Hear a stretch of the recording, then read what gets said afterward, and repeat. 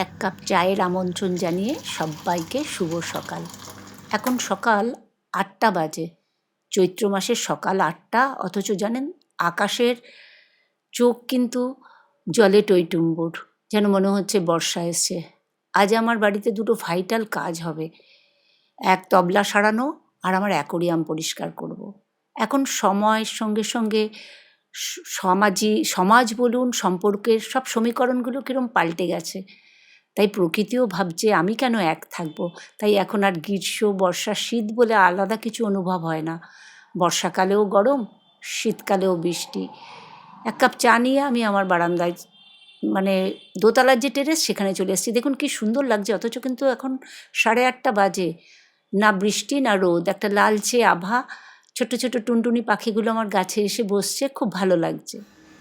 এই তবলার লোকটি চলে এসছে, উনি এই তবলার ছাউনি করতে এসছেন, বয়স্ক মানুষ। এই যেটা উনি আঙ্গুল দিয়ে ঘষছেন না, ওটাতে ওটার মধ্যে প্রসেস লোহার গুঁড়ো আর ভাতের, মানে সিদ্ধ ভাত উনি মিক্সড করে নিলেন, নিয়ে গাপটা ঘষছেন।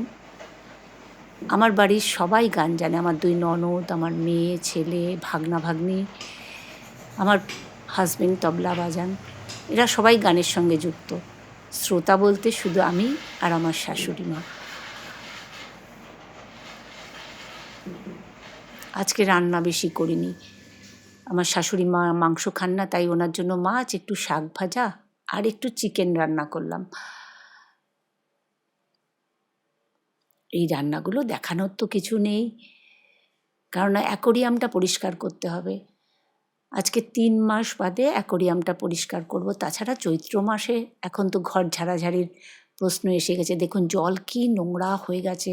গতকাল না আমার একটা মাছ মারা গেছে। এত কষ্ট হয় মাছগুলো যখন মরে যায়। এদেরকে বলে ভালোবাসা অতি ভীষণ বস্তু, সন্তানের মতো এদেরকে খেতে দেই দুবেলা, মানে ছাড়ি, লাইট জ্বালাই। এটার মধ্যে, প্লেটটার মধ্যে একটু নুন আছে। আমি আগে ব্লেড দিয়ে শ্যাওলাটা পরিষ্কার করতাম। একজন অ্যাকোরিয়ামের দাদা এসে আমাকে বললেন যে নুন দিয়ে পরিষ্কার করবেন। ও ভুলেই গেছি। এতক্ষণ যারা আমার সঙ্গে আছেন তারা যদি ভুলে গিয়ে থাকেন, একটা লাইক দিয়ে দেবেন। দেখুন নুন দিলে কাজটা কি তাড়াতাড়ি সুন্দর করে পরিষ্কার হয়ে যায়, অথচ জলেরও কোনো ক্ষতি হয় না। এবার ভিতরের যে জিনিসগুলো আছে সেগুলো পরিষ্কার করে এনে আমি সাজিয়ে দিয়ে এবার জল ঢেলে দেবো। এটা অ্যাকোয়া ব্লু, যারা অ্যাকোরিয়াম রাখেন তারা হয়তো জানেন। এটা জল পরিষ্কার করে। এখন তো জলটা ঘোলা, এটা লিটারে 1 ফোঁটা করে দেয়। এটাতে মোটামুটি 10 লিটার মতো জল ধরে, তাই আমি 10 ফোঁটা দিয়ে দিলাম। দিয়ে এবার আমি মাছগুলোকে ছেড়ে দেবো। ভিডিওটা আজকে এখানেই শেষ করছি।